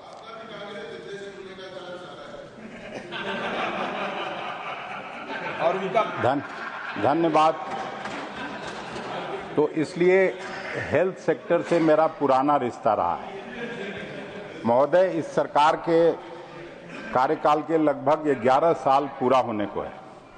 मैं बहुत ज़्यादा आपके आंकड़ों में नहीं जाऊंगा, लेकिन हेल्थ सेक्टर में इस सरकार का कैसा परफॉर्मेंस रहा है, इसको दर्शाने के लिए कुछ ब्रॉड इंडिकेटर की बात करूंगा। साल 2017 में यह सरकार राष्ट्रीय स्वास्थ्य नीति लेकर के आई थी और उसमें कहा गया था कि साल 2025 तक हेल्थ सेक्टर का जीडीपी का 2.5% खर्च किया जाएगा। हालांकि WHO के अनुसार हेल्थ पर जीडीपी का कम से कम 5% खर्च होना चाहिए। लेकिन इस साल के बजट को भी देखें तो हेल्थ पर इस सरकार का टोटल खर्च है जीडीपी का 1.28%। तो यह है आपकी पहली उपलब्धि। दूसरा एक आंकड़ा जो बहुत चौंकाने वाला है, अगर हम 2025 को 2010 से कंपेयर करें तो नॉन कम्युनिकेबल डिजीज से होने वाली मौतों की संख्या, इसका सबसे बड़ा कारण यह है कि जिस तेजी से हमारे देश में लोग जीवन शैली आधारित रोगों का शिकार हो रहे हैं, वह दुनिया में सबसे ज्यादा है। कम्युनिकेबल डिजीज की बात करें तो राष्ट्रीय जो टीबी है, तपेदिक उन्मूलन कार्यक्रम का लक्ष्य आपने रखा था कि 2025 तक देश में टीबी का पूरी तरह से उन्मूलन कर दिया जाएगा, इस टीबी से को समाप्त कर दिया जाएगा। लेकिन अभी भी दुनिया के 25% टीबी रोगी भारत में है। साल 2023 में कुल 25,37,000 तपेदिक के मामले सामने आए थे, जो 2022 की तुलना में 1,15,000 से भी ज्यादा थे। तपेदिक से होने वाली मौतों के मामले में भी भारत में स्थिति दूसरे देशों की तुलना में सबसे ज्यादा खराब है। इसके अलावा जिस तरह से हर साल बरसात के बाद पूरे देश में डेंगू का आतंक फैल रहा है, यह भी पिछले 10-12 साल में देखने में आया है। और चिंता की बात यह है कि डेंगू की रोकथाम के लिए सरकारी स्तर पर कोई बृहद कार्यक्रम मेरी जानकारी में नहीं है। रूटीन तौर पर नेशनल हेल्थ मिशन में इसका जिक्र जरूर आता है।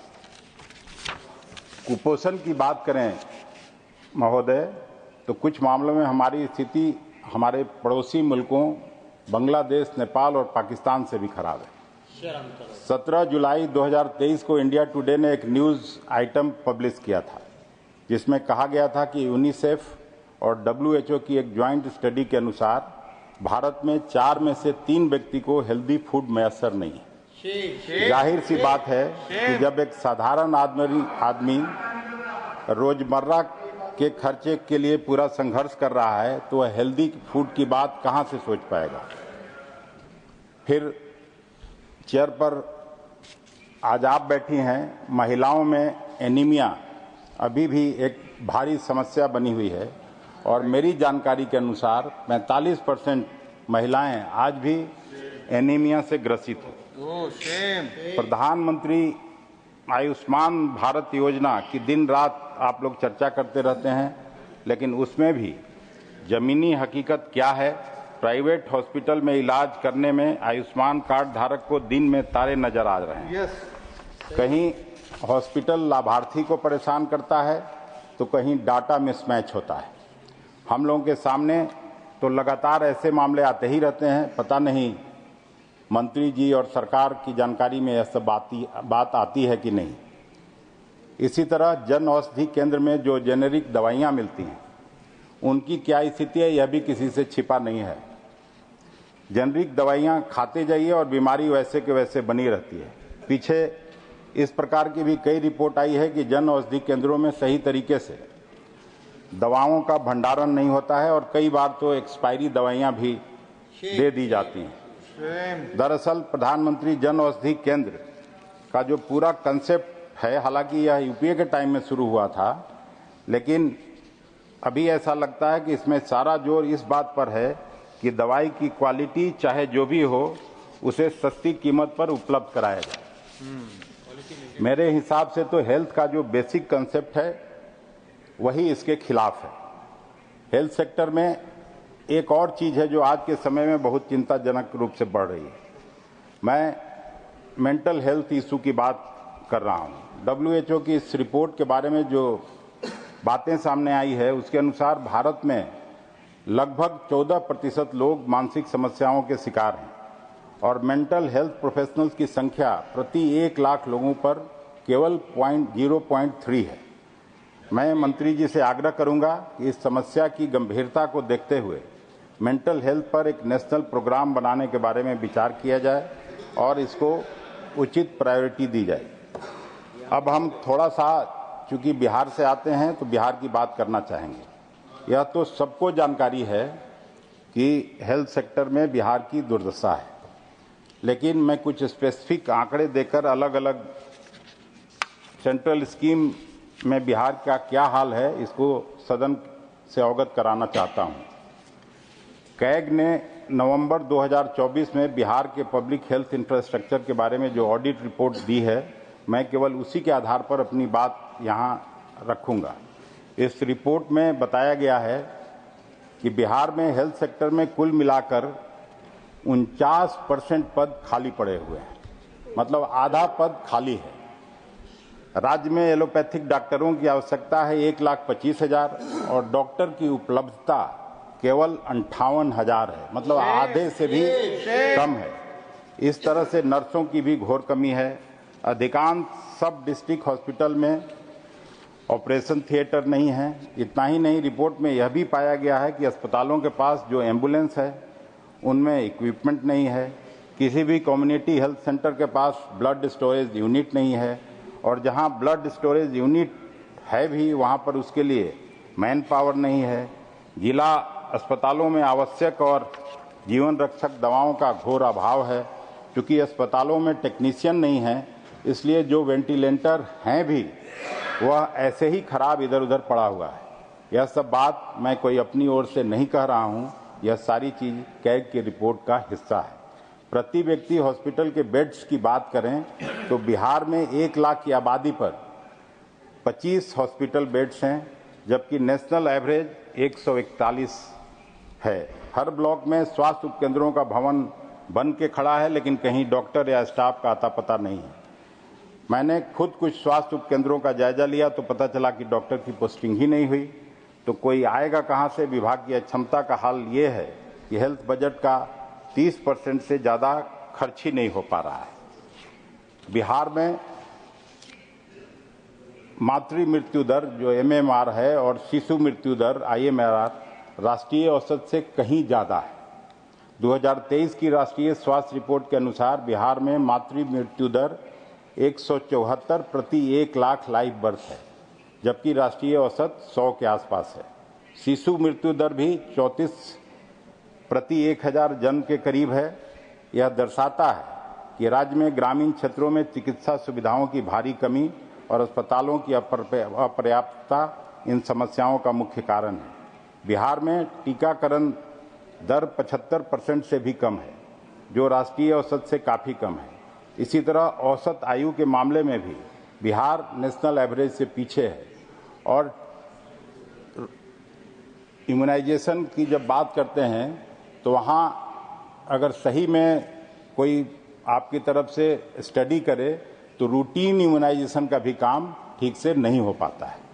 बिहार में स्वास्थ्य मंत्रालय की जो योजनाएं हैं उनका भी ढंग से क्रियान्वयन नहीं हो पाता है। उदाहरण के लिए एक जो प्रधानमंत्री बंधन योजना है उसमें बिहार में केवल 25% आवेदकों को ही उसका लाभ मिलता है। बाकी 75% एप्लीकेशन किसी न किसी ग्राउंड पर रिजेक्ट कर दिया जाता है और उस ग्राउंड का कोई कारण नहीं बताया जाता है। अब जाहिर है कि बिहार में जानकारी का अभाव तो है, लोग उतना पूछताछ भी नहीं करते हैं। सत्ता पक्ष के हमारे मित्र हमेशा आंकड़ों की बात करते रहते हैं, लेकिन ऐसा करते हुए आप लोग यहाँ भूल जाते हैं कि हर आंकड़े का कोई न कोई संदर्भ होता है। अब हेल्थ सेक्टर में मैं आपको एक संदर्भ देना चाहता हूँ। जब यूपीए सरकार 2004 में पावर में आई, स्वर्गीय मनमोहन सिंह जी प्रधानमंत्री बने, तो हेल्थ पर सरकार का टोटल खर्च था 7,500 करोड़ रुपए। हम लोग 10 साल में उसको लगभग 4 गुना बढ़ाकर 27,500 करोड़ रुपए तक ले गए। और परसेंटेज वाइज आपके 11 साल की हमारे 10 साल से तुलना करें तो आपका हेल्थ बजट का इंक्रीज है लगभग 350%, जबकि हमारे 10 साल में इंक्रीज था 400%। हेल्थ सेक्टर में हमारी सबसे बड़ी उपलब्धि थी देश को पोलियो मुक्त बनाना। एक समय भारत दुनिया में पोलियो का एपी सेंटर हुआ करता था, लेकिन यूपीए सरकार ने अपने 10 साल के कार्यकाल में देश को सफलतापूर्वक पोलियो मुक्त बनाने का लक्ष्य पूरा किया था। यूपीए के टाइम का कुछ और आंकड़ा देख लीजिए। 2004 में जब यूपीए सरकार आई थी तो MMR था 301 प्रति 1 लाख लाइव बर्थ, और जब 2014 में हमने सरकार छोड़ी तो हम लोग MMR को 135 प्रति 1 लाख लाइव बर्थ तक नीचे ले आए थे। यानी 10 साल में MMR में ऐतिहासिक 55% की कमी आई थी, जो आपके 10 साल के कार्यकाल की तुलना में बहुत ही बेहतर प्रदर्शन था। इस तरह IMR में हमारे कार्यकाल में जितनी कमी आई वह भी आपकी तुलना में बहुत ज़्यादा है। कांग्रेस पार्टी की नेतृत्व वाली सरकार ने की उपलब्धियां उसमें अभूतपूर्व थी। उसके पीछे मूल कारण था कि हेल्थ इंफ्रास्ट्रक्चर को बढ़ाने के लिए हमारे नेतृत्व ने 2005 में एक दूरदर्शी कदम उठाया था और नेशनल रूरल हेल्थ मिशन की शुरुआत की। नेशनल रूरल हेल्थ मिशन के बारे में वर्ल्ड बैंक और WHO ने कहा था कि ये भारत के हेल्थ इंफ्रास्ट्रक्चर की तस्वीर बदलने वाला ट्रांसफॉर्मेटिव स्टेप है, और आज भी आपके समस्त रूरल हेल्थ प्रोग्राम का फ्रेमवर्क यही NRHM है। अब आप खुद ही फैसला कर लीजिए कि काम तब ज़्यादा हो रहा था या अब ज़्यादा हो रहा है। एक और मुद्दा है मेडिकल एजुकेशन का। प्रधानमंत्री जी से लेकर सारे मंत्री लोग अपना पीठ थपथपाते हैं कि 10 साल में हमने 300 से ज़्यादा मेडिकल कॉलेज खोल दिया, तो इतना मेडिकल सीट बढ़ा दिया, आदि इस तरह के दावे करते हैं। लेकिन इस दावे की हकीकत क्या है? आज हमारे लगभग सारे मेडिकल कॉलेज फैकल्टी की भारी कमी से जूझ रहा है।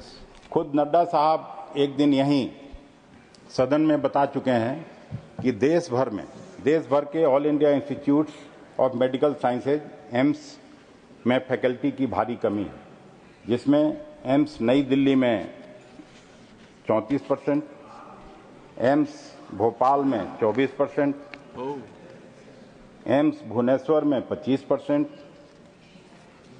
एम्स जोधपुर में 28%, एम्स रायपुर में 38%, एम्स पटना में 27%, एम्स ऋषिकेश में 39% की कमी है। बाकी के कॉलेजों में तो 50% तक की फैकल्टी की कमी है।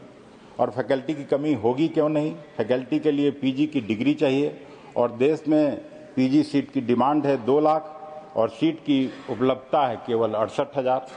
अंत में महोदय, मैं यही कहना चाहता हूं कि देश में हेल्थ सेक्टर की स्थिति बीजेपी सरकार के पिछले 11 साल के कार्यकाल में पहले से और ज्यादा खराब हुई। लेकिन ये सरकार न तो अपनी गलतियों से सीखने के लिए तैयार है और न ही सच्चाई को मानने के लिए। इनको दिन रात पानी पी पी के कांग्रेस पार्टी को केवल कोसना है ताकि इनकी विफलता से देश का ध्यान भटका रहे।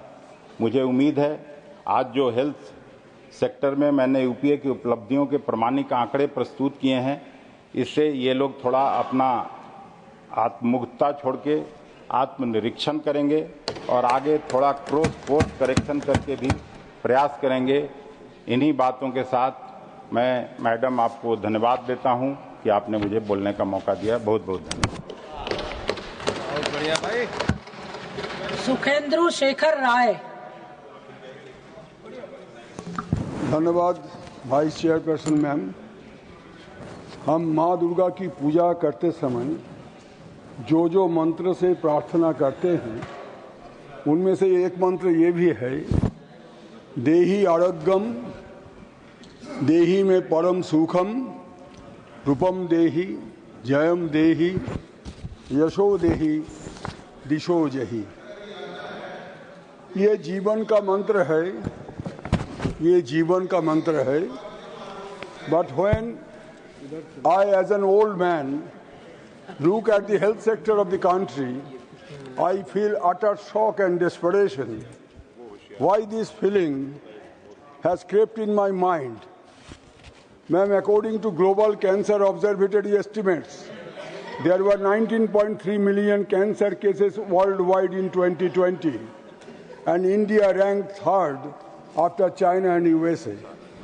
Globocon 2022 report also predicted that cancer cases in India would increase to 2.08 million, accounting for a rise of 57.5% in 2040 from 2020.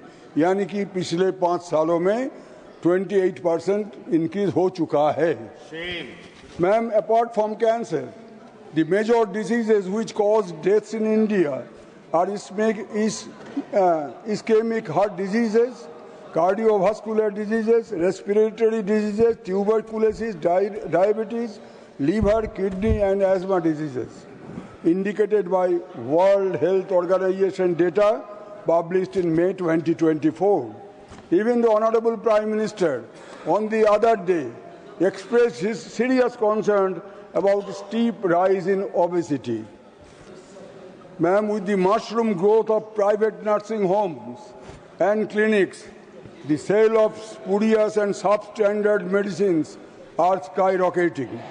The Central Drug Standard Control Organization also found that more than 50 products as not of standard quality. This finding of CDSCO came even after banning of 344 drugs in 2016 and 156 FDC drugs last year by the government.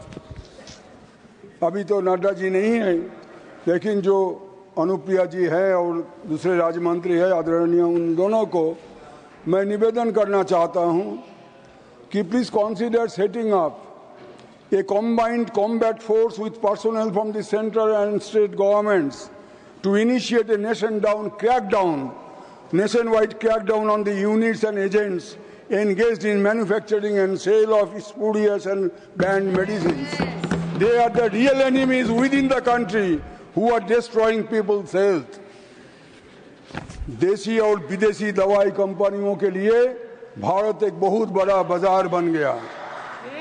Corona काल में हमने देखा जबकि हजारों लाखों संख्या में MSME थप गए, तब दवाई कंपनियां और दूसरे बड़े कंपनियों का मुनाफा गगन तक पहुंच गए।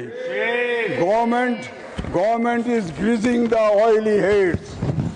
Ma'am, the government has allocated rupees 95,957 crores to the health sector for fiscal year 2026. That is a 9.46 increase from the 2025 budget. But it does little to address the long-standing resource gap in public health infrastructure, because the healthcare sector accounts for 1.94% of the total budget, reflecting a declining trend compared to previous years. Ma'am, despite the rising cost of medicines and treatment, there was a legitimate expectation among the people across the nation, particularly the senior citizens, missing middle-class families, and the workers from the informal sector, that there would be reduction of GST on health insurance premiums from 18% to 5%, and the TDS limit under Section 80 of the IT Act will increase from 25,000 to rupees 50,000, but in vain. Now, let me look for a while to my state, West Bengal. The Honorable Chief Minister of Bengal, Mamta Didi, had introduced Swasthya Sathi in December 2016, long before the introduction of Ayushman Bharat by Government of India. And Swasthya Sathi was acclaimed worldwide, like many other welfare schemes undertaken under the aegis of Didi. Today, 2,914 hospitals in Bengal are empaneled in Swasthya Sathi. In 2021-22, the spending on account of Swasthya Sathi was rupees 2,263 crores, which went up to 2,694 crores in 23-24, benefiting immensely over 8.72 crores people till February this year. We are happy that Government of India and some other states are following the innovative healthcare measures of Didi. Let there be healthy competition to ensure welfare of the common people, the marginalized, and the backward classes who are suffering for centuries in absence of proper nutrition and health care. Ma'am, at the same time, I am putting a question to myself as to why there should be stepmotherly attitude by center towards Bengal. West Bengal is an integral part of India. That is Bharat, which is a union of states, as envisaged in the very first article of the Constitution of India. It was never and can never be a unitary state. The history of 190-year British rule is witness to the valiant liberation war launched by the people of Bengal from the Battle of Palashi in 1757 by Nawab Siraj-ud-Dawla to Sepoy Mutiny in 1857 at Barakpur led by Mangal Pandey, from the revolutionary upsurge organized by Sri Aurobindo, Khudiram, Bhagajotin, Master Das Surya Sen, Rajbihari Bose, and many others, which culminated into war declared by the Supreme Commander of Indian National Army, Netaji Subhash Chandra Bose, against the British on October 21, 1943, and unfurled the national flag on the Andaman and Nicobar Island, as well as in Moirang, nowadays in Meghalaya.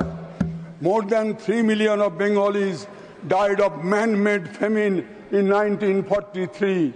To add salt to our injuries, Bengal was partitioned and millions of people became refugees overnight. It continued for 3 generations to settle down and to live with human dignity. Why should we be discriminated against even after 75 years of independence? Let me quickly refer to the funding. under National Health Mission and PMMYV program by the central government. No fund under National Health Mission has been released by Government of India since August 2023 in spite of fulfillment of all conditionalities. Similarly, no fund has been released by Ministry of Women and Child Welfare since November 2022 under Pradhan Mantri Matru Bandhana Yojana.